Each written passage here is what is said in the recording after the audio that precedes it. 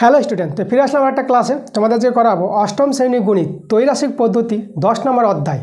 তো দেখো তোমাদের জন্য আমি নিয়ে এসেছি আজকে ক্লাস 8 ম্যাথ 10 নম্বর অধ্যায় ত্রৈরাশিক। কোর্সে দেখি 10.2, পেজ নাম্বার 103 পাতা, কোয়েশ্চেন নাম্বার 6 থেকে 9। ঠিক আছে, পার্ট 1 ভিডিওতে তোমাদের 1 থেকে 5 অবধি করিয়েছি, তোমাদের আজকে করাবো পার্ট 2 ভিডিওতে 6 থেকে 9। তো তোমাদের যে বইটা আছে অষ্টম শ্রেণী গণিত, এই বইটা তোমরা বের করো এবং চলে যাও পেজ নাম্বার 103 পাতা। 103 পাতাতে যে অঙ্কগুলো আছে আমি তোমাদের দেখাচ্ছি, যে এই অঙ্কগুলো তোমাদের আজকে করে দেখাবো। ঠিক আছে, আমরা করাবো আজকে 6 নম্বর থেকে। তো আমরা দেরি করবো না, তাড়াতাড়ি আজকে ক্লাসের প্রথম যে প্রশ্নটা আছে 6 নম্বর প্রশ্নটা, সেই প্রশ্নটা আমরা দেখে নেব। 6 নম্বর প্রশ্ন দেখো, তো আমরা নিয়েছি 6 নম্বর প্রশ্ন। তো চলো দেখি প্রশ্নটা কী বলছে। দেখো প্রশ্নটা বলছে, একটি কারখানায় 5 অশ্বক্ষমতা ও 3 অশ্বক্ষমতার 2টি মোটর আছে। 5 অশ্বক্ষমতার মেশিনটি 8 ঘন্টা চালালে 20 একক বিদ্যুৎ খরচ হয়। 3 অশ্বক্ষমতার মোটরটি 10 ঘন্টা চালালে কত একক বিদ্যুৎ খরচ হবে ত্রৈরাশিক পদ্ধতিতে হিসাব করে। এভাবে আমাদের বলেছে। আচ্ছা, তাহলে আমাদের এখানে গণিতের ভাষায় সমস্যাটি কী আছে সেটা তৈরি করতে হবে। তো আমরা এখানে অ্যান্সার আমরা লিখব প্রথমে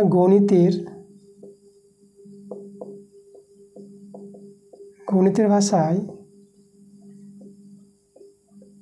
সমস্যাটি হলো। তো আমাদের দেখো তো কী কী আছে। অশ্বক্ষমতা মানে মেশিনের শক্তি, যেটা মোটরের শক্তি, অশ্বক্ষমতা আছে। আর এখানে সময় আছে 8 ঘন্টা করে মোটরগুলো চালাবে, 8 ঘন্টা। আর কত একক বিদ্যুৎ খরচ হবে সেটা আমাদের বলেছে। তো কী বের করতে বলেছে, কত একক বিদ্যুৎ খরচ হবে। তা আমাদের বিদ্যুৎ খরচটা বের করতে বলেছে, তার জন্য আমরা ডান দিকে লিখব বিদ্যুৎ খরচ। তার প্রথমে আমরা অশ্বক্ষমতা নিয়ে নিই। তো অশ্বক্ষমতা আমরা লিখে নিব, অশ্বক্ষমতা। তারপর আমরা লিখব সময়, যেটা আমাদের এখানে ঘন্টা আছে, সময় ব্র্যাকেটে আমি ঘন্টা দিয়ে দিলাম, সময় ঘন্টা। আর বিদ্যুৎ খরচ,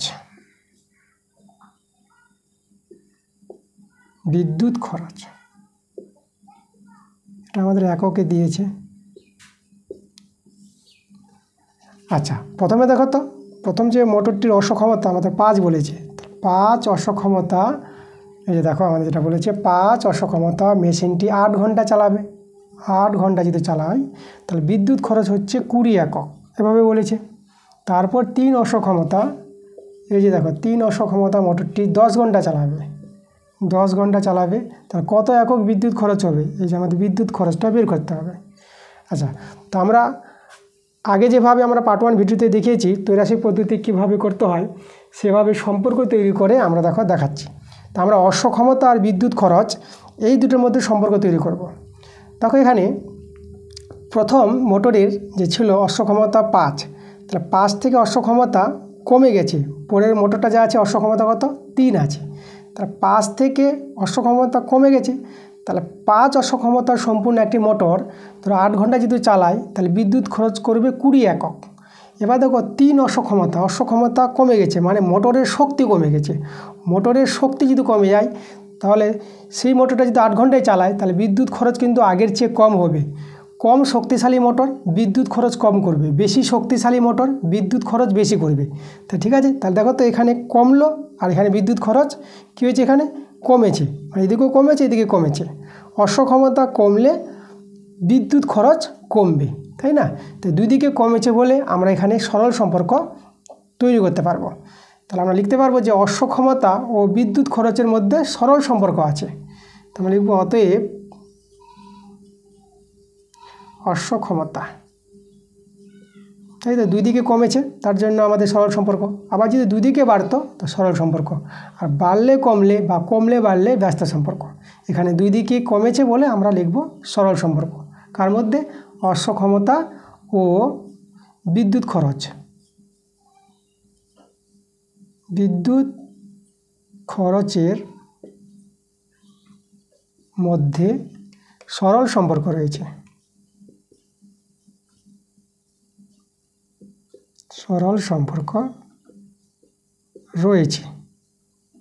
আচ্ছা, এখানে তোমাদের একটা জিনিস বলবো, দেখো এখানে আমাদের অশ্বক্ষমতা কমেছে বলে বিদ্যুৎ খরচ কমবে, তাহলে এই জায়গায় আমাদের কম আছে, তাহলে এখানে তোমাদের যে ইম্পর্টেন্ট জিনিসটা, এই যে কম বলে একটা ভাষা লিখে দিবা, কম, এটা তাই না? এই যে অশ্বক্ষমতা আর বিদ্যুৎ খরচের মধ্যে সম্পর্কে আমরা এখানে কম পাচ্ছি, এই জায়গা থেকে এটা কম হবে, 20 একক থেকে বিদ্যুৎ খরচটা কম হবে বলে আমরা কম লিখে দিলাম। এই জিনিসটা কিন্তু লিখতে হবে, লিখলে পরে আমাদের কিন্তু সুবিধা হবে প্রশ্নের অ্যান্সারটা করার জন্য। আচ্ছা, কম হয়ে গেছে এটা। এবার সম্পর্ক তৈরি করব সময় আর বিদ্যুৎ খরচের মধ্যে। এবার দেখো তো, সময় যখন দেখো 8 ঘন্টা যখন একটি মেশিন চালাবে, 8 ঘন্টা চালিয়ে বিদ্যুৎ খরচ হয় 20 একক। এবার সেই মেশিনটি 10 ঘন্টা চালাবে, কোনো একটি মেশিন, ঠিক আছে? তো 10 ঘন্টা যদি চালায়, বেশিক্ষণ চালাবে মেশিনটা 10 ঘন্টা, আগের চেয়ে সময়টা বেড়ে গেল। তাহলে বেশিক্ষণ কোনো মেশিন যদি চালায়, তাহলে আগের চেয়ে বিদ্যুৎ খরচ কী হবে? বেশি হবে। তুমি বেশিক্ষণ ধরে মোটরটা চালাবা, তাহলে বিদ্যুৎ খরচ তো বেশি হবেই। তা সময় বাড়লে বিদ্যুৎ খরচ কী হবে? বাড়বে। তাহলে এখানে দেখো, এখানে আমরা বাড়বে বলে বেশি আছে, তাহলে এখানে লিখে দেবো আমরা বেশি। দেখো এইভাবে আমি কিন্তু দেখিয়ে দেবো, এখানে কখন কম কখন বেশি এখানে দেখিয়ে দেবো। তাহলে দেখো তো, তাহলে সময় আর বিদ্যুৎ খরচের মধ্যে সম্পর্ক কী পাচ্ছি? এখানেও বেড়েছে আর এখানেও বেড়েছে, তা দুদিকে বাড়লে সরল সম্পর্ক। তো আমরা লিখব সময় ও বিদ্যুৎ খরচের মধ্যে সরল সম্পর্ক রয়েছে। অতএব সময় ও বিদ্যুৎ খরচের মধ্যে এই যে দেখো মধ্যে সরল সম্পর্ক রয়েছে। দেখ একই তো ভাষা, আমরা ডট ডট দিয়ে দিলাম, তাই না? সরল সম্পর্ক রয়েছে। তাহলে এবার দেখো তো, আমরা বিদ্যুৎ খরচ বের করব। বিদ্যুৎ খরচ দেখো, বিদ্যুৎ খরচ কীভাবে বের করব? এই যে 20 আছে, 20 একক প্রথমে খরচ হয়েছিল, তাহলে 20 গুণিত, এবার ভগ্নাংশগুলো দেখো তৈরি করব। এই যে আমাদের এখান থেকে একটা ভগ্নাংশ তৈরি হবে, এখান থেকে ভগ্নাংশ তৈরি হবে। তাহলে দেখো প্রথমে আমরা দেখো কম পেয়েছিলাম এর মধ্যে যে সম্পর্কটা, তাহলে কম থেকে ভগ্নাংশটা হবে 1-এর চেয়ে ছোটো, মানে 3/5।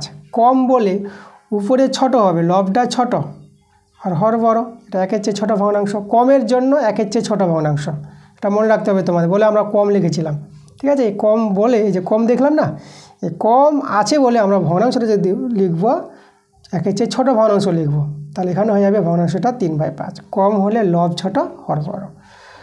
এবার দেখো এর মধ্যে ভগ্নাংশ তৈরি হবে।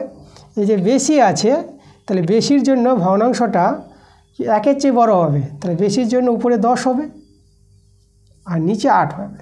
এই যে বেশির জন্য, কিন্তু তার জন্য কম বেশি লিখেছি, এদেরকে দেখে আমরা ভগ্নাংশ তৈরি করতে পারবো। এই দুটোর মধ্যে ভগ্নাংশটা কী হবে আর এর মধ্যে ভগ্নাংশটা কী হবে? কখনো 1-এর চেয়ে বড় হয়, কখনো 1-এর চেয়ে ছোটো হয় ভগ্নাংশগুলো। এই কম বেশি থেকে কিন্তু দেখে আমরা বলতে পারবো, সহজে কিন্তু বলে দেবো কখন ভগ্নাংশটা 1-এর চেয়ে ছোটো হবে এবং কখন ভগ্নাংশটা 1-এর চেয়ে বড় হবে। তা তোমরা কিন্তু এই যে কম বেশি কখন হবে সেটা কিন্তু তোমরা পাশে দেখিয়ে দিবা, সুবিধা হবে তোমাদের ভগ্নাংশ তৈরি করতে। একদম সহজ অঙ্কটা হবে এভাবে যদি তোমরা তৈরি করো। তো বিদ্যুৎ খরচ আমরা বের করছি, এখানে একক দিয়ে দিলাম। এখন কাটাকাটি করে অ্যান্সারটা চলে আসবে আমাদের। তো দেখো আমি যদি কাটাকাটি করি, এটা 5-4 20, 4-2 8 আর 2-5 10। দেখো সহজে আমরা কাটাকাটি করে দিলাম। তাহলে আমাদের কত থেকে গেল এখানে? 5-3, 5-3 15। তাহলে দেখো 15 একক, এই যে 15 একক। তাহলে আমাদের যে বের করতে বলেছিল যে 10 ঘন্টা করে যদি চালাই মোটরটা, তাহলে কত একক বিদ্যুৎ খরচ হবে? 15 একক বিদ্যুৎ খরচ হবে। আমরা অতএব লিখে দেবো 10 ঘন্টা চালালে 15 একক, 15 একক বিদ্যুৎ খরচ হবে। বাস, এটাই আমাদের অ্যান্সার। তাহলে এভাবে তোমরা কিন্তু সহজে ত্রৈরাশিক পদ্ধতি থেকে তোমরা কিন্তু অঙ্কগুলো করে নিতে পারবা। আমরা চলে যাবো পরের অঙ্কে। 7 নম্বর প্রশ্ন। তো নিয়ে নিয়েছি আমরা 7 নম্বর প্রশ্ন। তো চলো 7 নম্বর প্রশ্নটা সহজভাবে বুঝে নিই কী বলছে প্রশ্নতে। দেখো প্রশ্নটা বলছে, গোপালনগরের একটি তাঁত কারখানায় 14 জন তাঁতি 12 দিনে 210টি শাড়ি বুনতে পারেন। পুজোর সময়ে 10 দিনের মধ্যে 300টি শাড়ির যোগান দেওয়ার অর্ডার এলো। সময় মতো সেই শাড়ি যোগান দিতে হলে আরও কতজন তাঁতি নিয়োগ করতে হবে ব্যাপকতর ত্রৈরাশিক পদ্ধতিতে হিসাব করে লিখি। আচ্ছা, ব্যাপকতর ত্রৈরাশিক পদ্ধতি বলতে এই যে দেখো এখানে 3টি ইউনিট আছে, মানে এখানে তাঁতি সংখ্যা, দিন সংখ্যা, কতগুলি সারি বুনবে, এই যে 2-এর বেশি যখন আছে 3টি, তার জন্য এখানে বলেছে ব্যাপকতর ত্রৈরাশিক পদ্ধতি। ঠিক আছে, তোমাদের দেখবা যে এই চ্যাপ্টারে ত্রৈরাশিক পদ্ধতিতে 10.1-এ, তাই না, 10.10.1-এ যে আমাদের পাঠটা ছিল, আমি যে পাঠটা করিয়েছি সেগুলো কিন্তু আমাদের ত্রৈরাশিক পদ্ধতি, তাকে ব্যাপকতর বলতে পারবো না। সেখানে 2টো একক নিয়ে কাজ করা হয়েছিল, আর এখানে দেখো 3টি একক নিয়ে কাজ করা হয়েছে, 3জন আছে, এখানে 3জন আছে 2-এর বেশি, তার জন্য ব্যাপকতর ত্রৈরাশিক পদ্ধতি বলা হয়। ওকে, এই অঙ্কগুলোকে। আচ্ছা, সেটা কোনো ব্যাপার নয়। তো দেখো প্রশ্নটা পরে আমাদের সমস্যাটা তৈরি করতে হবে, যে গণিতের ভাষায় সমস্যাটি কী হতে পারে। আচ্ছা, এখানে আমাদের যে প্রথমে বলে দিয়েছে 14 জন তাঁতি আছে, 12 দিনে 210টি শাড়ি বুনতে পারবে। তারপরে 10 দিনের মধ্যে শাড়ি বুনতে হবে 300টি শাড়ি, তাহলে কতজন তাঁতি লাগবে? আমাদের তাঁতি সংখ্যা বের করতে বলেছে, তাই না? এই যে অর্ডার এলো, তার কতজন তাঁতি লাগবে, আরও কতজন, তাহলে কতজন তাঁতি লাগবে সেটা বের করব। তারপর আগে তাঁতি লাগতো আমাদের 14 জন, আর যতজন বেরোবে সেটা থেকে 14 বিয়োগ করে অ্যান্সারটা আসবে, সেটা পরের কথা। তাহলে আমরা এখানে দেখো সাজাবো, সমস্যাটা সাজাবো আমরা। তা গণিতের ভাষার সমস্যাটি হবে আমাদের এখানে কী বের করতে বলেছে? তাঁতি সংখ্যা। তাঁতির সংখ্যা ডান দিকে থাকবে, তাহলে আমরা এখানে দিন সংখ্যা, সারি সংখ্যা এগুলো লিখতে পারবো। তো আমি এখানে লিখে দিচ্ছি, দেখো দিন সংখ্যা, দিন সংখ্যা, তারপরে সারি সংখ্যা,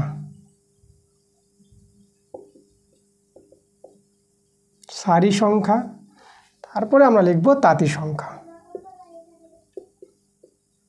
তাঁতি সংখ্যা। ঠিক আছে, এই যে দেখো তাঁতি সংখ্যা। তো এই তো আছে আমাদের 3টি একক। তা দিন সংখ্যা বলেছে 12 দিনে, 12 দিনে শাড়ি বুনবে 210টি শাড়ি, তার জন্য তাঁতি সংখ্যা লাগবে, তাঁতি লাগবে আমাদের 14 জন, এভাবে বলেছে প্রথমটা। তারপর 10 দিনের মধ্যে, 10 দিনের মধ্যে শাড়ি বুনতে হবে কতটি? 300টি শাড়ি বুনতে হবে, তাহলে কতজন তাঁতি লাগবে সেটা আগে আমরা বের করব, কতজন তাঁতি লাগবে। ওকে, আচ্ছা, তাহলে দেখো এইভাবে সম্পর্কটা আছে। তাহলে সম্পর্ক তৈরি করব দিন সংখ্যা আর তাঁতি সংখ্যা। তাঁতি সংখ্যা বলতে লোক সংখ্যা, আর দিন সংখ্যা লোক সংখ্যার মধ্যে সব সময় ব্যস্ত সম্পর্ক আছে। এর আগের ক্লাসে বলেছি, আমি আজকেও বলছি। ঠিক আছে, দিন সংখ্যা লোক সংখ্যার মধ্যে তাঁতি সংখ্যাই তো লোক সংখ্যা, যেখানে জনসংখ্যা। তা দেখো এখানে মানে এদিকে যদি কমে এদিকে বাড়বে, মানে দিন সংখ্যা কমলে মানে 12 দিনে কিছু শাড়ি, এখানে আমাদের 210 আছে, এটা ঠিক আছে, শাড়ি সংখ্যা ফিক্স ধরে নিবা, এটা এটা এটা যখন দিন সংখ্যা তাঁতি সংখ্যার মধ্যে সম্পর্ক তৈরি করবা, এটাকে ফিক্স ধরে নিতে হবে, যে কোনো একটা ধরতে হবে, এই দুটোকে ধরলে হবে না। তো 12 দিনে ধরো কোনো পরিমাণ শাড়ি, তোমাকে বলে দিলাম যে 210টি শাড়ি 12 দিনে, তো 12 দিনে 210টি শাড়ি বুনতে আমাদের তাঁতির সংখ্যা লাগে 14 জন। এবার 10 দিনের মধ্যে শাড়ি বুনবে, মানে দিন সংখ্যাটা কমে গেলো আগের চেয়ে, তো দিন সংখ্যা যদি কমে যায়, সেই শাড়ি বুনতে আমাদের কি 14 জনের চেয়ে তাঁতির সংখ্যা কম না বেশি লাগবে সেটাই জানতে হবে আমাদের। তাহলে দেখো সময় যখন কম সময়, তো আমাদের এখানে কি তাঁতির সংখ্যা বাড়াতে হবে, তাঁতির সংখ্যা বেশি লাগবে।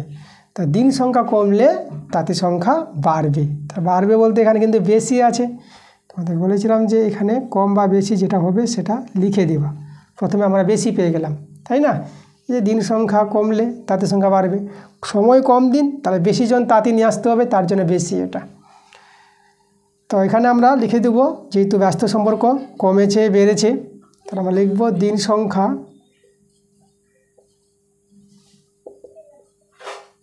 দিন সংখ্যা ও তাঁতি সংখ্যা।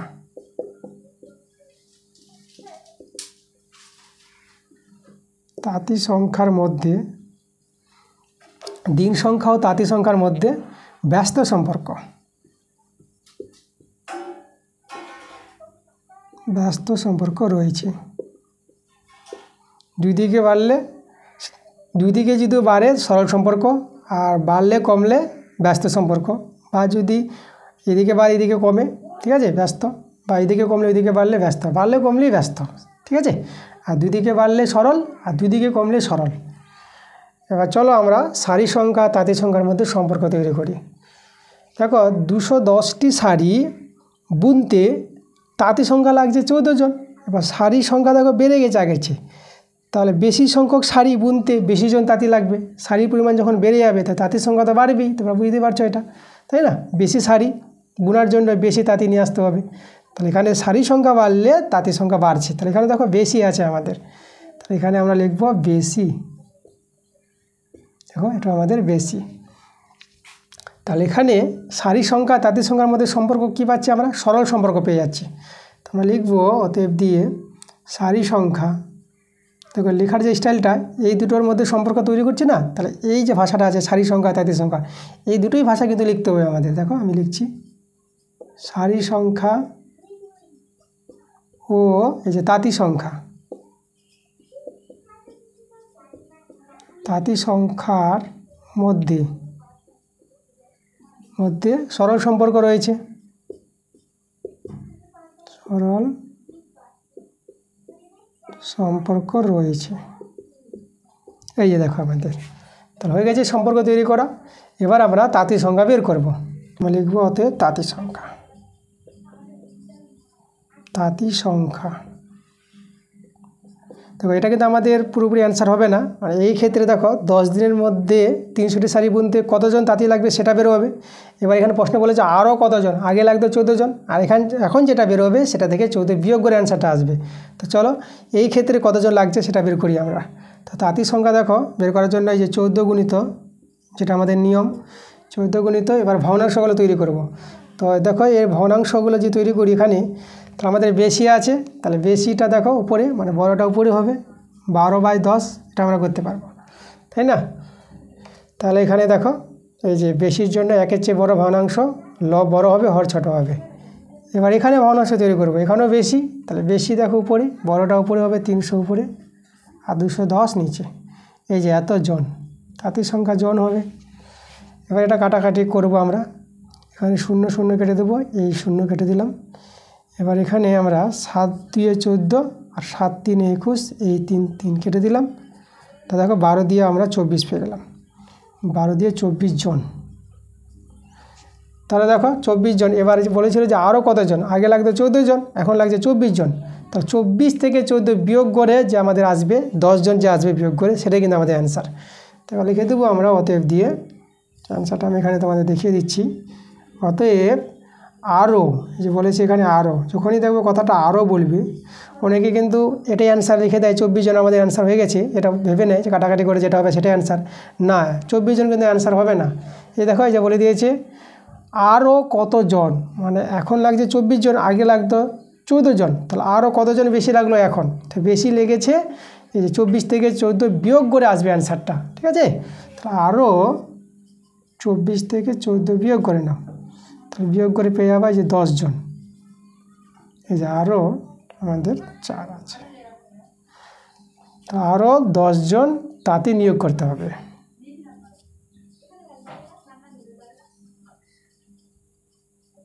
নিয়োগ করতে হবে, এই হলো আমাদের অ্যান্সারটা। অ্যান্সার কিন্তু আমাদের 10 জন, ঠিক আছে? তাহলে এভাবে তোমরা সহজে কিন্তু অঙ্কগুলো করতে পারবা, খুবই ভালো অঙ্ক একদম। তো আমরা চলে যাব পরের প্রশ্নে। 8 নম্বর প্রশ্ন। তো আমরা নিয়ে নিয়েছি 8 নম্বর প্রশ্ন। 8 নম্বর প্রশ্ন কিন্তু খুব ভালো প্রশ্ন আছে, তো চলো দেখা যাক প্রশ্নটা কী বলছে। দেখো 8 নম্বর প্রশ্নটা বলছে একটি সংস্থা জাহাজ থেকে, মানে একটি সংস্থা জাহাজ থেকে 10 দিনে জাহাজের মাল নামানোর বরাত পেয়েছে। একটা জাহাজ আছে, জলজাহাজ বলতে পারো, সেই জলজাহাজ থেকে 10 দিনের মধ্যে সেই যে জলজাহাজের মধ্যে যে মালপত্র ছিল সেই মালপত্র নামানোর কাজ পেয়েছে, বরাত পেয়েছে বলতে কাজ পেয়েছে। সংস্থাটির তার জন্য 280 জন লোক নিয়োগ করেছে। লোক নিয়ে এসেছে কতজন? 280 জন। তাহলে 10 দিনে 280 জন লোক নিলে কি করবে? সেই মালগুলো নামিয়ে নিতে পারবে 10 দিনে। কিন্তু এটা কিন্তু কী বলছে দেখো, 3 দিন পরে, মানে 3 দিন কাজ করার পরে, 3 দিন পরে দেখা গেল কাজটির 1/4 অংশ সম্পূর্ণ হয়েছে। মানে তাহলে 3 দিনে 1/4 অংশ কাজ হয়েছে, তার জন্য কতজন লোক কাজে নিযুক্ত ছিল? 280 জন লোক কাজ করেছিল, তাই না? 280 জন লোক 3 দিনে এত অংশ কাজ করে ফেলেছে। যে আরও কতজন লোক নিয়োগ করলে কাজটি সময় মতো শেষ হবে তা ত্রৈরাশিক পদ্ধতিতে হিসাব করে লিখি। ঠিক আছে, তা আরও কতজন লোক আমাদের নিয়োগ করতে হবে সেটা কিন্তু আমাদের বের করতে বলেছে, মানে লোক সংখ্যা বের করতে বলেছে। তা লোক সংখ্যা আমাদের ডান দিকে থাকবে। তা আমাদের কী আছে এখানে, আমাদের লোক সংখ্যা, দিন সংখ্যা, কাজের পরিমাণ। তাহলে আমরা প্রথমে দিন সংখ্যা লিখে দিই। তাহলে দেখো আমরা সাজাবো সমস্যাটি। তো লিখব দিন সংখ্যা। আমাদের যা যা এককগুলো আছে সেগুলো আমাদের লিখে নিতে হবে। দিন সংখ্যা লিখলাম, কাজের পরিমাণ, এই যে কাজ 1/4 অংশ হয়েছে, এই যে 3 দিন কাজ করে কাজের কতটা কাজ হয়েছে 1/4 অংশ। আমরা এখানে কাজের পরিমাণ লিখব, কাজের পরিমাণ কতটা কাজ হয়েছে সেটা হচ্ছে কাজের পরিমাণ। আর এই যে কাজটা হয়েছে তার জন্য কতজন লোক লেগেছিল, তা লোক সংখ্যা। আমরা এবার লিখব লোক সংখ্যা।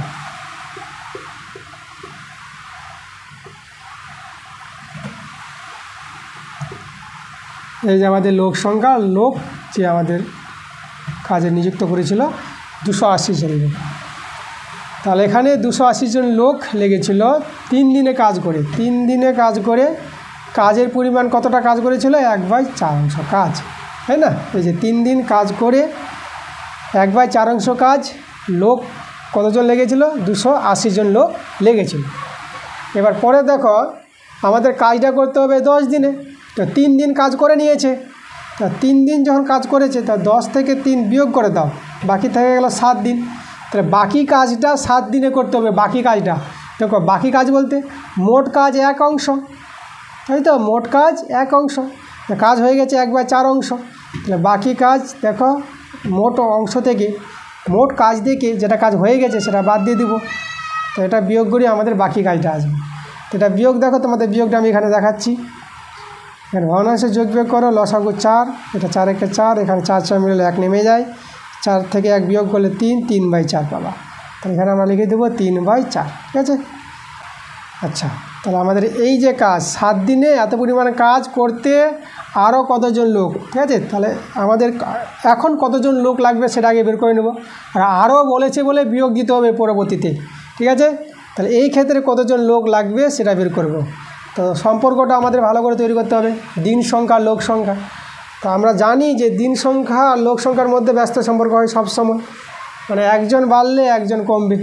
তা দিন সংখ্যা বেড়ে গেছে, কোনো একটি কাজ 3 দিনে করছিল, লোক লাগছিল 280 জন, এখন 7 দিনে করবে, সময়টা বেড়ে গেল। তো সময় যখন বেড়ে গেল তখন লোক সংখ্যা যেহেতু কম থাকে তবু কাজটা হয়ে যাবে, যদি বেশি দিন আছে। তো সময় বাড়লে লোক সংখ্যা কমবে, মানে দিন সংখ্যা বাড়লে লোক সংখ্যা কমবে। তাহলে এখানে কিন্তু আমাদের কম আছে এই জায়গায়, এই যে দেখো আমি কম লিখে দিলাম, ঠিক আছে? বেশি দিন সময়, তাহলে আমাদের কম লোক লাগবে। এবার আমরা বের করব, আচ্ছা এখানে সম্পর্কটা আমরা তৈরি করে নেব।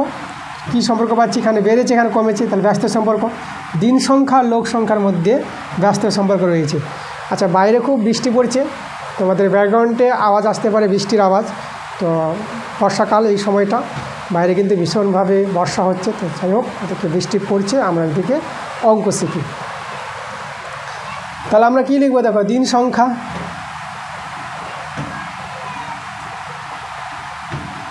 দিন সংখ্যা ও লোক সংখ্যা,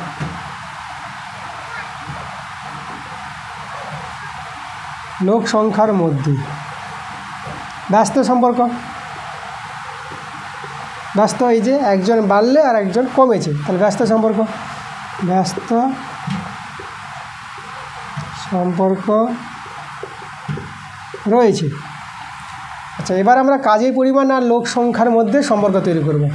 দেখো কাজের পরিমাণ 1/4 অংশ কাজ থেকে কাজটা হয়েছে 3/4 অংশ। তাহলে বড় জানতে হবে, বড় ছোটো।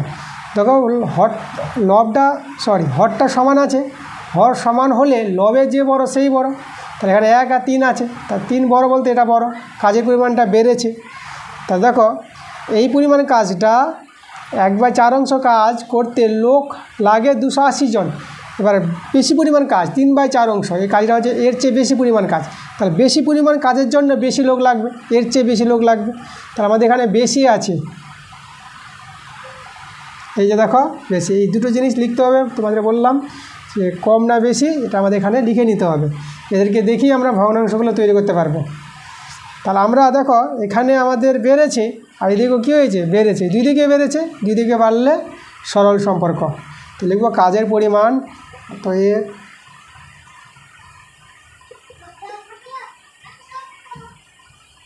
কাজের পরিমাণ ও লোক সংখ্যা।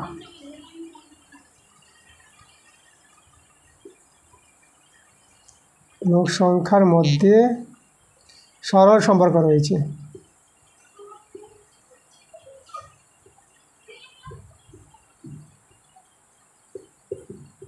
সরল সম্পর্ক রয়েছে। আচ্ছা, তাহলে এবার দেখো তো আমরা লোক সংখ্যা বের করব।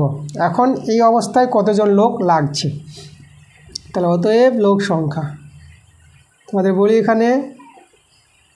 এখানে কিন্তু এটা সরলটা করে কিন্তু অ্যান্সারটা আসবে না, পরবর্তীতে কাজ আছে, বিয়োগ দিতে হবে, যে আরও বলেছে না। তো যে লোক সংখ্যাটা বেরোবে সেটা থেকে 280 জন বিয়োগ করে অ্যান্সারটা আসবে। যেহেতু এখানে আমাদের বলেছে দেখো এই যে কথায় বলেছে এই যে আরও কতজন, যে আরও কথাটা যখনই থাকবে তখনই যেটা কাটাকাটি করে বেরোবে সেটা থেকে আগেরটা বিয়োগ করে দেবা। ঠিক আছে, চলো আগে আমরা এখন বর্তমানে কত লোক সংখ্যা লাগছে সেটা বের করি। তা লোক সংখ্যা আমাদের যে লাগবে এই যে 280 জন আছে, 280 গুণ দিয়ে দিবা। এবার ভগ্নাংশগুলো তৈরি করতে হবে। 3 আছে 7 আছে, তাই এখানে কম আছে, তা 3/7 লিখবা। একের চেয়ে ছোটো হয় ভগ্নাংশটা কমের জন্য। ঠিক আছে, লব ছোট হর বড়, গুণিত। এবার বেশিতে দেখো উপরে বড় হবে, এই যে 3/4 উপরে বড় আর নিচে ছোট, 1/4, এই যে 1/4 নিচে ছোট। বাস, এই যে আমাদের, তাহলে এখানে আমরা লিখে দেবো লোক সংখ্যা আছে জন লিখে দিলাম। এটা সরল করে আমরা অ্যান্সার পেয়ে যাব। আচ্ছা, তোমাদের এখানে বলে দিচ্ছি দেখো নিচে এই যে 4 আছে না, এই যে 4 আর 4 এটা কিন্তু আমাদের কেটে যাবে। এই যেটা হর সমান আছে, তাহলে হরগুলো কেটে দিব। তো 3/1, একেতে দাম নাই, 3 থেকে গেল শুধু। এবার দেখো তো আমরা কাটাকাটিটা করব, 7 দিয়ে কাটাকাটি করি। 7 4 28 আর 0টা বসিয়ে দিলাম। তাহলে আমরা দেখতে পাচ্ছি 3 3 9 আর 9 4 36 আর 0টা বসিয়ে দেবো। দেখো 3 3 9 আর 9 4 36, এই 0টা বসে গেল। 360 জন। 360 জন আমাদের এখন লোক লাগবে এই ক্ষেত্রে। কিন্তু আরও কতজন লোক লেগেছে, প্রথমে লোক ছিল 280 জন, এখন লোক লাগছে 360 জন। তো 360 থেকে 280 বিয়োগ দিলেই আরও কতজন লোক নিয়োগ, মানে যে আরও কতজন লোক নিয়োগ করতে হবে সেটা কিন্তু বেরিয়ে আসবে। তাহলে আমরা এখানে দেখো অ্যান্সারটা লিখে দেব। অতএব দিয়ে আরও বলতে বিয়োগটা দেখাবো, 360 বিয়োগ 280, এই যে আমাদের বিয়োগটা তোমাদের বলে দিই কত হবে। যেখানে 0, এদিকে 0 আর 8 কত দিলে 16, এটা আমাদের 8। দেখো এটা তো আমাদের মিলে গেল 80 জন। এই যে দেখো এটা অ্যান্সার আমাদের 80 জন। আরও 80 জন কি লোক নিয়োগ করতে হবে, লোক নিয়োগ করতে হবে। ঠিক আছে, অ্যান্সার কিন্তু আমাদের এই যে 80 জন, এটা কিন্তু আমাদের অ্যান্সার। ওকে, অ্যান্সার অনেকে এই যে 360 জন কাটাকাটি করে পেয়ে যাবে বলে এটা অ্যান্সার লিখে দেবেন না, এটা অ্যান্সার লিখলে হবে না, এটা থেকে এটা বিয়োগ করে কিন্তু অ্যান্সারটা আসবে 80 জন। ঠিক আছে, তো খুবই ভালো অঙ্ক ছিল 8 অঙ্কটা, আমি ভালো করে করে দিয়েছি। তোমরা ভালো করে দেখো ক্লাসটা, বুঝতে পারবো অঙ্ক করে। তো আমি চলে যাবো আজকের ক্লাসের শেষ প্রশ্নে, যেটা 9 নম্বর প্রশ্নটা আছে। তো চলো 9 নম্বর প্রশ্নটা আমরা দেখে নিই। 9 নম্বর প্রশ্নটা তো নিয়েছি আমরা 9 নম্বর প্রশ্ন, আজকের ক্লাসের শেষ প্রশ্ন। তো চলো প্রশ্নটা বোঝা যাক কী বলছে। তো এখানে বলছে একটি যন্ত্রচালিত তাঁতের ক্ষমতা একটি হস্তচালিত তাঁতের ক্ষমতার 2.1/4 গুণ। ঠিক আছে, এখানে যন্ত্রচালিত তাঁত ও হস্তচালিত তাঁতের মধ্যে একটা সম্পর্ক বলেছে। তো এবার কী বলছে তারপরে দেখো, 12টি হস্তচালিত তাঁত 1080 মিটার দৈর্ঘ্যের কাপড় 18 দিনে তৈরি করে 2700 মিটার দৈর্ঘ্যের কাপড় 15 দিনে তৈরি করতে কতগুলি যন্ত্রচালিত তাঁত লাগবে তা ত্রৈরাসিক পদ্ধতিতে হিসাব করি। তাহলে এখানে দেখো প্রথমে কিন্তু হস্তচালিত তাঁত বলেছে, এই দেখো 12টি হস্তচালিত তাঁত, তারপরে কিন্তু বের করতে বলেছে যন্ত্রচালিত তাঁত। তা আমাদের হস্তচালিত তাঁত নিয়ে সম্পর্কটা আগে প্রথমে তৈরি করেছি, কিন্তু শেষে যন্ত্রচালিত তাঁত দেওয়া আছে। আমাদের করতে হবে কি, প্রথমে হস্তচালিত তাঁত যখন আছে প্রথমে, তো হস্তচালিত তাঁতের সংখ্যাটাই আগে বের করে নিব। হস্তচালিত তাঁতের সংখ্যা যদি আমরা পেয়ে যাই, তারপরে এই যে প্রথমে একটা সম্পর্ক দেওয়া আছে যন্ত্রচালিত তাঁত আর হস্তচালিত তাঁতের মধ্যে যেটা সম্পর্ক আছে, সেখান থেকে আমাদের বেরিয়ে আসবে কতগুলি যন্ত্রচালিত তাঁত লাগবে। তাহলে এই ক্ষেত্রে কিন্তু আমাদের বের করতে হবে হস্তচালিত তাঁত। কারণ তোমরা প্রশ্নটা পড়ে বুঝবা যে এখানে হস্তচালিত তাঁত আছে আর এখানে আবার যন্ত্রচালিত তাঁত আছে, তাহলে কী করে বের হবে যন্ত্রচালিত তাঁত।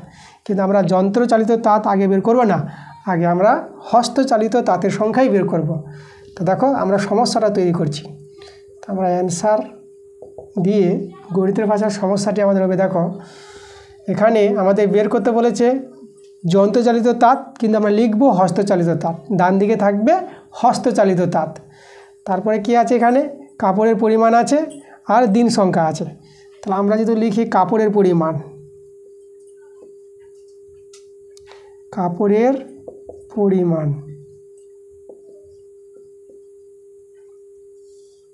কাপড়ের পরিমাণ, তারপর আমরা দিন সংখ্যা লিখব, দিন সংখ্যা আছে। তারপরে আমরা লিখব হস্তচালিত তাঁত। তোমরা শেষে দেখতে পাচ্ছ যন্ত্রচালিত তাঁত, কিন্তু এটা লিখব না, আমরা বের করব হস্তচালিত তাঁত। হস্তচালিত তাঁত, এটা যে সংখ্যা, এটা টি আসবে, ঠিক আছে। হস্তচালিত তাঁত কতটি লাগবে, এটা যখন বেরিয়ে আসবে তখনই আমরা কনভার্ট করে যন্ত্রচালিত তাঁত বের করতে পারবো। এই যে প্রথম লাইনে যে সম্পর্কটা আছে সেখান থেকে বের করতে পারবো। আচ্ছা, তাহলে দেখো তো কাপড়ের পরিমাণ প্রথমে দেওয়া আছে 1080 মিটার, 1080 মিটার, কাপড়ের পরিমাণটা মিটারে আছে আমাদের। আর দিন সংখ্যা প্রথমে বলেছে 18 দিনে, 18 দিনে, ঠিক আছে। 1080 মিটার কাপড় তৈরি করবে 18 দিনে, তার জন্য কতটি হস্তচালিত তাঁত লাগবে সেটা আমাদের বলে দিয়েছে, কতটি, 12টি হস্তচালিত তাঁত লাগবে, 12টি। এবার পরের বার বলেছে দেখো 2700 মিটার, 2700 মিটার, 2700 মিটার দৈর্ঘ্যের কাপড় 15 দিনে তৈরি করবে। 15 দিনে তৈরি করতে কতগুলি হস্তচালিত তাঁত লাগবে সেটা আমরা বের করব, এই যে জিজ্ঞাসা চিহ্ন। আচ্ছা, তাহলে এখন কাপড়ের পরিমাণ আর হস্তচালিত তাঁতের মধ্যে সম্পর্কটা তৈরি করি। দেখো কাপড়ের পরিমাণ কিন্তু বেড়েছে, তাহলে 1080 মিটার দৈর্ঘ্যের কাপড় তৈরি করতে কতটি আমাদের যন্ত্রচালিত তাঁত লাগছে, 12টি, ঠিক আছে। এটা মেশিন, এগুলো যে হস্তচালিত তাঁত, যন্ত্রচালিত তাঁত না, হস্তচালিত তাঁত, ঠিক আছে। এগুলো মেশিন, তাঁত যে বুনছে, কাপড় যে বুনছে, তাঁত মেশিনগুলো আগেকার দিনে ছিল, এখনকার দিনে দেখা যায় না, এখন সব যন্ত্রচালিত তাঁত মেশিন বেরিয়ে গেছে। তো দেখো যেটা আমরা বলছিলাম যে 1080 মিটার কাপড় তৈরি করতে আমাদের হস্তচালিত তাঁত লাগছে 12টি। এবার কাপড়ের পরিমাণ কিন্তু বেড়ে গেছে, 2700 মিটার কাপড়, এত মিটার কাপড় এখন তৈরি করবে। এখন কিন্তু দেখো এই যে 12টির চেয়ে আমাদের হস্তচালিত তাঁত কিন্তু আমাদের বেশি লাগবে, এখানে বেশি হবে, কারণ কাপড়ের পরিমাণ যদি বেড়ে যায় তাহলে আমাদের মেশিনের সংখ্যাটা বাড়াতে হবে, হস্তচালিত তাঁতের সংখ্যা বাড়াতে হবে, বেশি পরিমাণ কাপড় তৈরি করতে, হ্যাঁ, বেশি লাগবে আমাদের হস্তচালিত তাঁত, ঠিক না। তাহলে এখানে কিন্তু বেশি আছে। প্রশ্নটা পড়ে ভালো করে বুঝে শুনে কিন্তু সম্পর্ক তৈরি করতে হবে, কি সম্বন্ধে বলেছে প্রশ্নটা, আর এখানে বেশি না কম সেটা কিন্তু তৈরি করতে হবে, তখনই কিন্তু অঙ্কগুলো সহজই হবে। আচ্ছা, তাহলে আমরা এখানে লিখব কাপড়ের পরিমাণ ও হস্তচালিত তাঁতের মধ্যে কী সম্পর্ক আছে। দেখো এখানে বেড়েছে, তো এখানেও বেড়েছে, তা সরল সম্পর্ক লিখব, অতএব কাপড়ের পরিমাণ ও হস্তচালিত তাঁতের, হস্তচালিত তাঁতের সংখ্যা আছে, হস্তচালিত তাঁত সংখ্যার মধ্যে আমি সংখ্যাটা যদি লিখে দিই এখানে, তাঁত সংখ্যার,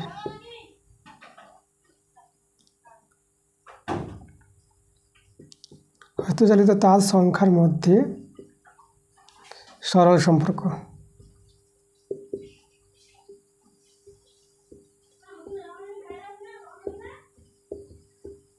এই সরল সম্পর্ক রয়েছে, ওকে। আচ্ছা, এবার আমরা দেখো দিন সংখ্যা আর হস্তচালিত তাঁত সংখ্যার মধ্যে আমরা সম্পর্ক তৈরি করব। দিন সংখ্যা দেখো আগের চেয়ে বেড়ে গেছে, তাহলে দিন সংখ্যা প্রথমে দেখো কিছু পরিমাণ কাপড়, এটাকে ফিক্স ধরে নিতে হবে, কিছু পরিমাণ কাপড় বুনতে 18 দিন ধরে যেহেতু কাপড়টা বুনে তাহলে 12টি হস্তচালিত তাঁত লাগবে। এখন 15 দিন, সময়টা কমে গেল, তাহলে 15 দিন ধরে বুনবে, সময় যখন কম, তো কম সময়ের জন্য সেই কাপড় বুনতে বেশি আমাদের হস্তচালিত তাঁত প্রয়োজন পড়বে। সময় কমলে হস্তচালিত তাঁতের সংখ্যাটা বেশি লাগবে, কম সময়।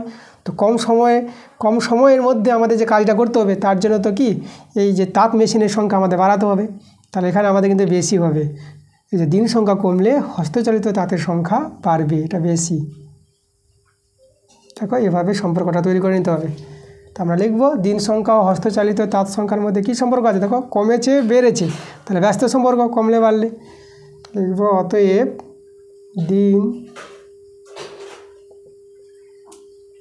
দিন সংখ্যা ও হস্তচালিত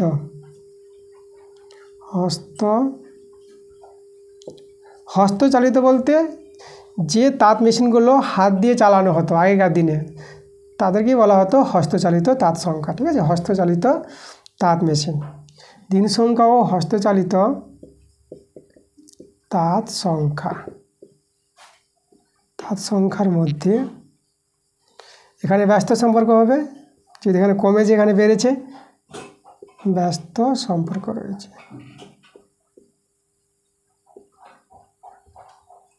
এই যে আমাদের দেখো, তাহলে এখন আমরা হস্তচালিত তাঁত সংখ্যাটাই বের করব। ঠিক আছে, তারপরে আমরা যন্ত্রচালিত তাঁত যে বের করতে বলেছে সেটা বেরিয়ে আসবে। তো লিখবো এখানে অতএব হস্তচালিত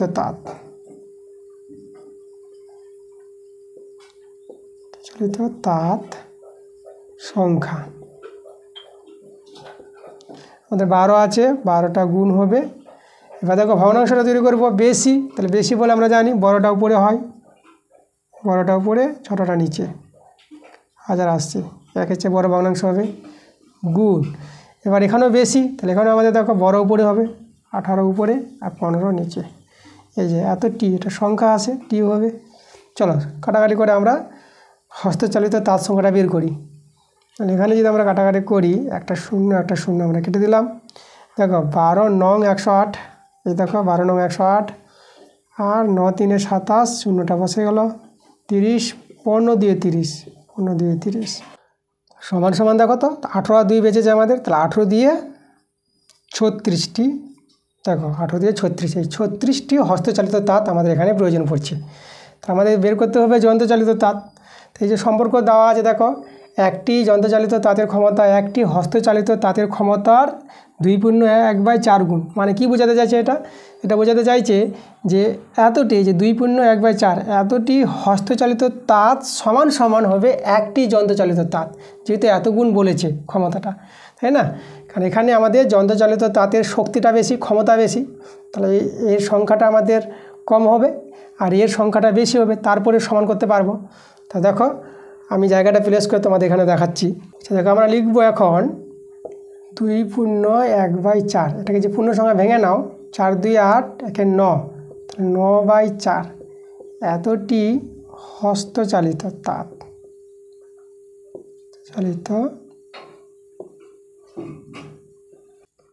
তাঁত সমান সমান একটি যন্ত্রচালিত তাঁত।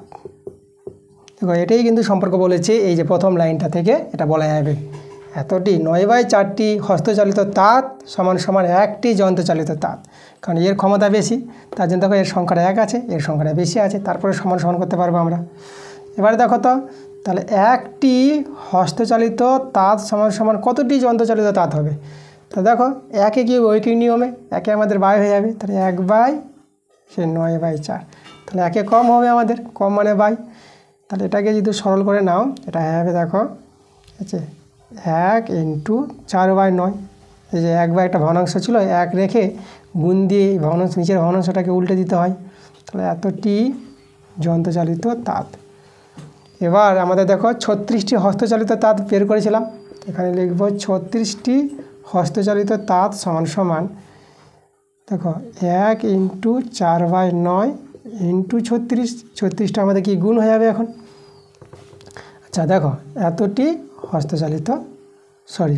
যন্ত্রচালিত তাঁত প্রয়োজন পড়বে, এটাই সরল করে আমাদের অ্যান্সার আসবে 9 4 36, 4 4 16, এই যে 16টি যন্ত্রচালিত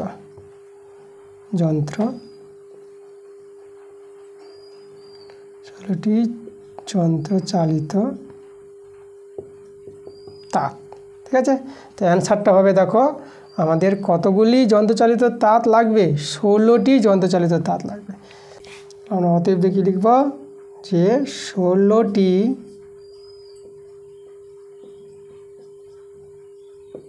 যন্ত্রচালিত তাঁত লাগবে। ঠিক আছে, এই আমাদের অ্যান্সার। তো এই ছিল আমাদের আজকের ক্লাসের অঙ্কগুলো। আজকের ক্লাসটার যে অঙ্কগুলো আছে খুবই ইম্পর্টেন্ট অঙ্কগুলো আছে, খুবই গুরুত্বপূর্ণ, তোমাদের পরীক্ষায় কিন্তু খুব বারে বারে আসে অঙ্কগুলো। তোমরা তাহলে মনোযোগ সহকারে ক্লাসটা দেখো। তো আবার দেখা হবে তোমাদের সঙ্গে পরবর্তী ক্লাসে। তোমরা সবাই ভালো থেকো।